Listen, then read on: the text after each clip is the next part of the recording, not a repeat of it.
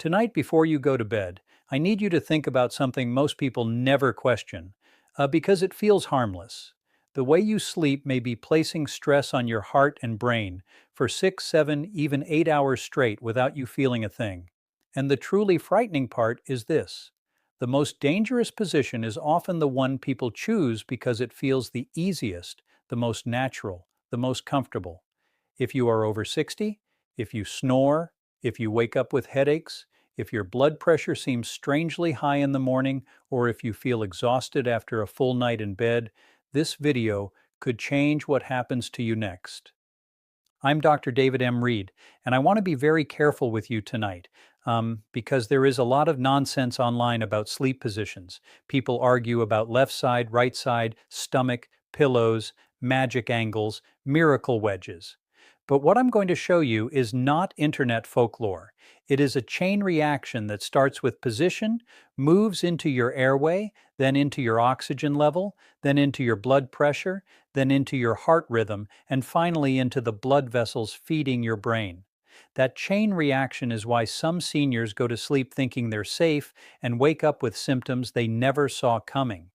Before we begin, please subscribe, turn on notifications, and join this channel for clear, practical, life-saving heart guidance every week. Now, let me tell you the answer right away, because I don't want suspense to get in the way of your safety. For many older adults, especially those who snore or have undiagnosed sleep apnea, sleeping flat on the back is the most dangerous position, not because your mattress is cursed, not because your heart gets crushed, but because when you lie flat on your back, gravity can pull the tongue and soft tissues of the throat backward. That narrows the airway. Breathing becomes more difficult.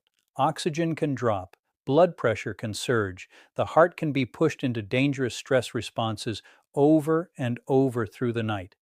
And here is where people misunderstand the problem. And this misunderstanding is expensive.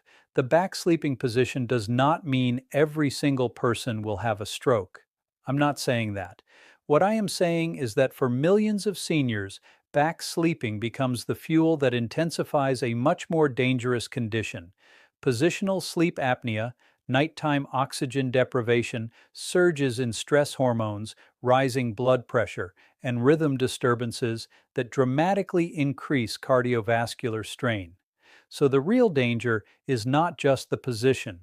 The real danger is what that position quietly triggers while you are unconscious and unable to defend yourself. Let me show you what this looks like through someone I'll call Leonard, because his story is painfully common.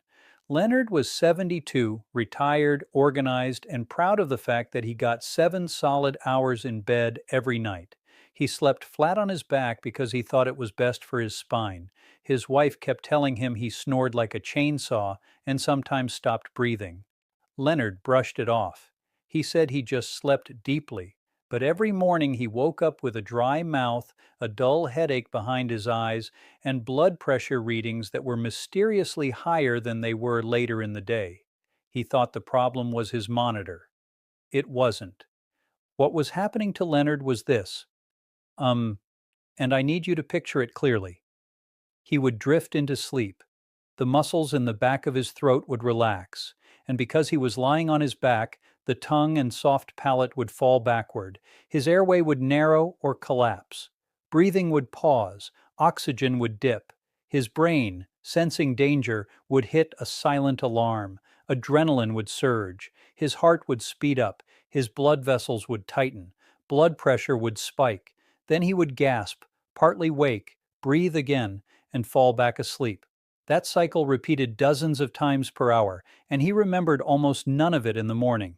That, right there, is why this issue matters so much for heart health, because the body does not treat those breathing pauses like a minor inconvenience. It treats them like repeated emergencies. Each event can activate the sympathetic nervous system, the same fight-or-flight response you would expect during fear, exertion, or panic. Now imagine that alarm going off again and again all night long. Not once, not twice, sometimes dozens or even hundreds of times depending on severity. Your heart never gets true rest. Your arteries never get true calm. your blood pressure never gets the quiet, healing rhythm it was supposed to have during sleep. And when that pattern continues night after night, um, the effects can spill into everything else. Morning blood pressure rises, atrial fibrillation becomes more likely, already existing coronary disease becomes more dangerous. If you have heart failure, nighttime breathing disruptions can make the whole system more unstable. And when blood pressure surges collide with fragile blood vessels or abnormal heart rhythms, the brain can get caught in the crossfire. That is why cardiologists and sleep specialists pay so much attention to nighttime breathing. People think the danger begins when they feel chest pain in the daytime. Often the process has been building in the dark for years. Now, let me tell you about Gloria, because her story reveals why this problem fools so many families. Gloria was 68 and never would have described herself as a bad sleeper. She got into bed at 10, woke up at 6, and believed that meant her sleep was healthy. But she was falling asleep in church, in the passenger seat of the car, and even during afternoon phone calls with her daughter. She had high blood pressure on 3 medications and still couldn't get it under control. Her doctors kept adjusting pills. Nobody asked the most important question: what position was she spending the night in, and what was happening to her airway while she slept? When her daughter finally recorded her sleeping, the truth was shocking. Gloria was flat on her back. She would snore, go silent, stop breathing for a moment, then jerk and gasp, over and over. Not dramatically enough to wake the whole house every time, but consistently enough to keep her cardiovascular system under assault. Once that pattern was recognized, the mystery of her resistant blood pressure started to make sense. This is what I need you to understand. Many seniors do not know they have sleep apnea because they do not fully wake up during each event. They think they slept through the night. Their heart knows otherwise. And this is why the back sleeping position can be so deceptive, because it often feels comfortable at the very same moment it is making the airway less stable. In side sleeping, gravity tends to work with you. On the back, gravity can work against you. It encourages the tissues of the mouth and throat to shift in the wrong direction. For some people, especially those with positional apnea, the difference is dramatic. Their breathing is far worse on the back than on the side. Some people, in fact, may have meaningful breathing problems mostly when they roll onto their backs. That is not a tiny detail. That is the whole battle. Now, before we go further, I need to say something important, because accuracy matters. Not every person who sleeps on their back is in immediate danger. If you do not snore, do not gasp, do not feel exhausted, do not have reflux, and do not have underlying airway collapse, then back sleeping may not be disastrous for you. But the problem is that a huge number of older adults do have hidden risk factors. Aging changes muscle tone. Weight changes airway anatomy. Alcohol, sedatives, and some sleeping pills relax the throat even more. Nasal congestion forces mouth breathing. Put those together with back sleeping, and you have the perfect setup for nighttime cardiovascular stress. Let me make this even more practical, because most people need a checklist, not a lecture. If you wake up with a dry mouth, morning headache, unexplained fatigue, brain fog, irritability, or blood pressure that is highest right after waking, pay attention. If your spouse says you snore loudly, stop breathing, choke, or gasp, pay attention. If you have atrial fibrillation, resistant hypertension, heart failure, diabetes, or prior stroke, pay attention even more. These are not random annoyances. They can be clues that your nights are not restorative. They can be clues that the position you sleep in is magnifying a breathing disorder that is already straining your heart and brain. Let me tell you about Raymond, because his case was terrifying precisely because it looked ordinary. Raymond was 75, active, still driving, still gardening, still convinced that getting older just meant feeling a little slower. He slept in a recliner sometimes, but preferred to begin the night flat on his back in bed. He woke up often to urinate, maybe 3 or 4 times a night, and thought it was just age. He also had episodes of palpitations. By the time he came in, he had already had one brief spell of slurred speech that lasted 10 minutes and disappeared. A warning sign, a possible mini-stroke. He almost ignored it. What tied Raymond's symptoms together was not one dramatic daytime event, but a pattern. Back sleeping, snoring, repeated oxygen drops, nighttime surges in blood pressure, fragmented sleep, rhythm instability, and then those daytime consequences everyone kept labeling separately. This is what cardiovascular medicine teaches you after enough years. The body loves patterns. Patients often experience them as unrelated problems because the symptoms are spread out over months or years. But when you connect the dots, the story becomes obvious. If the airway is collapsing night after night, the heart and brain are not recovering, they are surviving. There is a huge difference between those two states. Now, some of you may be wondering, what about the left side? What about the right side? What about stomach sleeping? Let me simplify it. For many people with reflux, the left side is often more comfortable and may reduce symptoms compared with the right side. Some people with certain forms of heart failure feel worse on the left side and naturally prefer the right. Stomach sleeping can reduce snoring for some people, but often strains the neck and lower back. So this is not a cartoon where one universal position is perfect for everybody. But for seniors with snoring, apnea, morning surges, or unexplained fatigue, flat back sleeping is the position I worry about first. And the reason I worry about it first is because it hides behind good intentions. People choose it for spinal alignment. They choose it because they think it looks restful. They choose it because they read somewhere that it prevents wrinkles. Some people even choose it because it feels easier to fall asleep that way. But if you are one of the millions whose airway behaves badly in that position, then that comfort is misleading. It is like saying a car is safe because the seat feels soft while the brakes are failing. Comfort is not the same as protection. Your body can feel peaceful while dangerous physiology is quietly building underneath. Let's talk about the morning stroke connection. Because that phrase frightens people, and it should be explained carefully. Strokes and heart events often cluster in the nighttime and early morning period, when the body is undergoing natural shifts in blood pressure, hormones, and vessel tone. If you add repeated apnea on top of that, you are layering stress upon stress. Oxygen levels can fall, carbon dioxide can rise, blood vessels can constrict, blood pressure can jump, heart rhythm can wobble. The position itself is not throwing a clot across the room. The position is setting the stage for the kind of breathing instability that can make an already vulnerable cardiovascular system far more dangerous by dawn. Let me tell you about Marilyn, because her story illustrates another trap. She did everything right during the day. She walked after breakfast, she took her medications, she kept a low-salt diet, she checked her blood pressure, yet every morning her numbers were higher than expected, and by late afternoon they settled down. She assumed stress was the reason. It turned out that she snored most severely when sleeping flat on her back with two pillows behind her head, chin tucked slightly forward. That posture narrowed her airway even more. All night long her body was fighting for air in little bursts. No wonder her mornings looked like a cardiovascular battlefield. Now I want to show you the mechanism in plain English. Because once you understand it, you'll never look at sleep the same way again. When the airway narrows, the chest has to pull harder to bring air in. That negative pressure stresses the heart. Oxygen drops tell the body something is wrong. The brain sends a distress signal.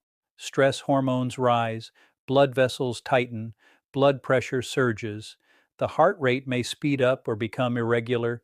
Then sleep breaks just enough for the airway to reopen. You breathe again, but you lose deep, restorative sleep. Repeat that cycle all night, and your rest becomes a long series of mini emergencies your conscious mind never remembers.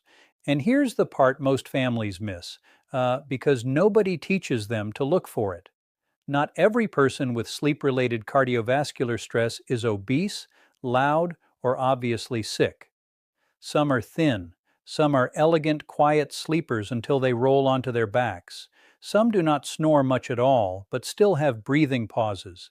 Some only notice that they're tired, moody, foggy, or forgetful.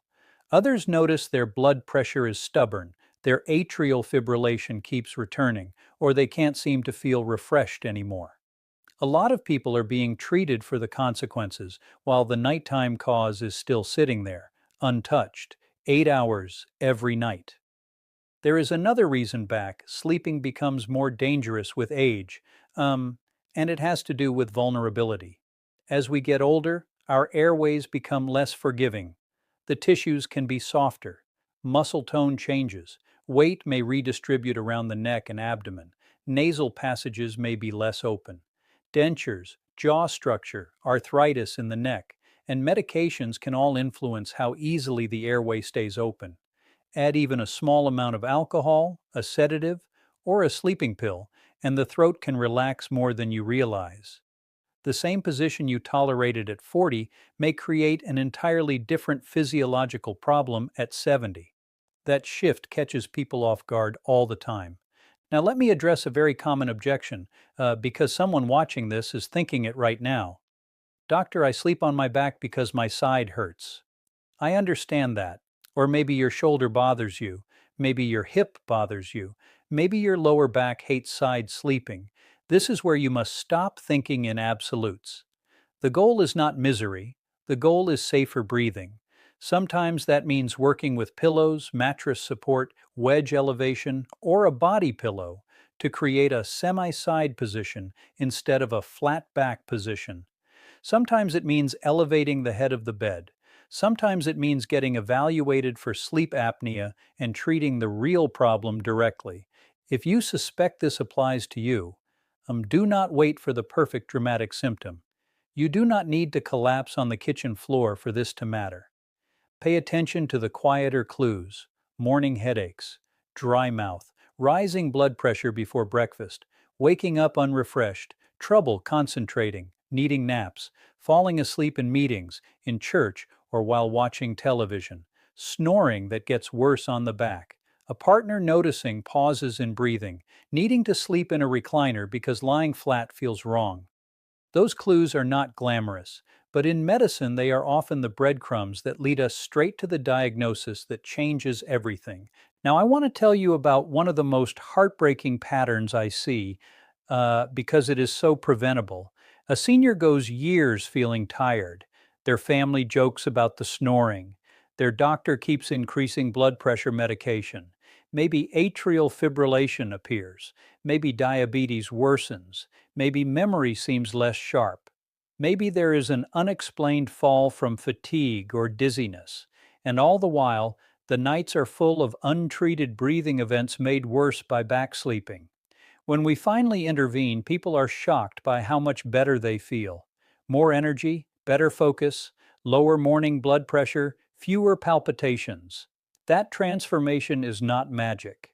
It is the removal of repeated nighttime stress. So what should you do tonight? Not next year, not after a crisis, but tonight. First, if you know you snore or suspect apnea, try not to sleep flat on your back. Use a body pillow behind your back or in front of you to help maintain a side position. Some people do well with a pillow between the knees and another hugging the chest. Second, consider elevating the head of the bed slightly if reflux or breathing is an issue. Third, avoid alcohol close to bedtime and be cautious with sedatives unless a physician has specifically advised them. Those substances can further relax the airway and worsen breathing when you lie flat. Fourth, ask someone you trust to observe or record your sleep if you live with a partner or family member. You are looking for loud snoring, silence followed by gasping, choking sounds, or frequent restless movements. Fifth, if your blood pressure is hardest to control in the morning, write that down. Sixth, if you have atrial fibrillation, heart failure, prior stroke, resistant hypertension, or severe daytime fatigue, bring up sleep apnea directly with your doctor. Do not wait for them to guess. Many cases remain undiagnosed for years simply because the right questions are never asked. Sometimes the most important diagnosis begins with the sentence, I think something is happening to my breathing at night. Now, let's talk about testing. Because some people are afraid that a sleep study is a huge ordeal. Sometimes it is done in a sleep lab. Sometimes it can be done at home, depending on the situation. The goal is simple to see whether your breathing is repeatedly stopping or becoming shallow during sleep, how low your oxygen falls, and whether those events are tied to position. That information matters enormously. If the data shows you are far worse on your back, then positional therapy becomes part of treatment. If the apnea is more than mild, then you may need more than position changes alone. That is why guessing only gets you so far. Let me say something that may save someone years of frustration, because I've seen this exact pattern too many times. If you have been told your blood pressure is difficult to control, and you are taking several medications, and you still wake up with high readings, do not assume the only answer is more pills. Sometimes the missing diagnosis is poor sleep with repeated apnea. The body cannot normalize pressure if every night it is being jolted into survival mode. When that nighttime trigger is treated, the rest of the cardiovascular plan often begins to work better. Not always perfectly, not magically, but better. Much better than trying to medicate around an ongoing nighttime assault. Now let's clear up another myth, because it misleads a lot of seniors. People think that if they do not remember waking up, then their sleep must have been continuous. That is false.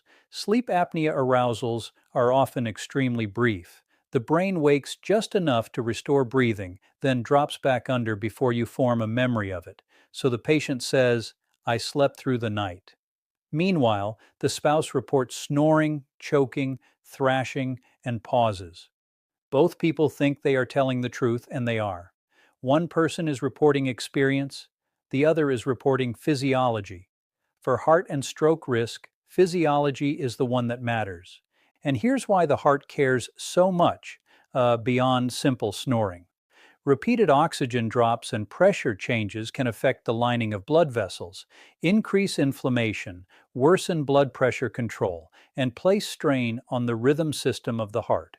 That matters if you are already vulnerable. If you have coronary disease, the heart may be getting less oxygen at the very time it is under stress. If you are prone to atrial fibrillation, these nighttime disturbances can make rhythm control harder. If you have had a stroke before, you should be even more alert to anything that destabilizes oxygen, blood pressure, or rhythm during the hours when your body is supposed to be healing. Let me tell you about Sandra, because her recovery taught her family something they will never forget. Sandra had a mild stroke at 71. She survived, thankfully, but during rehabilitation, it became obvious that her sleep was terrible. She spent most of the night flat on her back because it felt easiest after the stroke. Unfortunately, that same position made her nighttime breathing worse. The more disabled she felt, the more she stayed supine. The more she stayed supine, the more her airway collapsed. That does not mean the position caused the stroke all by itself, but it did make the breathing problem around her recovery much worse, and that matters enormously. Now I want to give you a safe, clear action plan for tonight, because information should end in action. Number one, if you snore or suspect apnea, do your best not to fall asleep flat on your back. Number two, use pillows or a body pillow to support side sleeping. Number three, if lying flat makes breathing or reflux worse, consider gentle elevation. Number four, avoid alcohol near bedtime and be careful with sedatives. Number five, ask someone to observe your sleep if possible. Number six, track morning symptoms and blood pressure. Number seven, speak to your doctor about a sleep apnea evaluation, especially if heart or stroke risks are already present. If this message helped you, share it with someone who sleeps on their back, snores loudly, or wakes up tired and confused about why. And if you learned something important today, subscribe to the channel because these are the details that protect people long before the emergency room ever enters the story. Your heart needs rest, your brain needs oxygen, and your nights should restore you, not quietly work against you. Take this seriously, take action tonight, and I'll see you in the next video.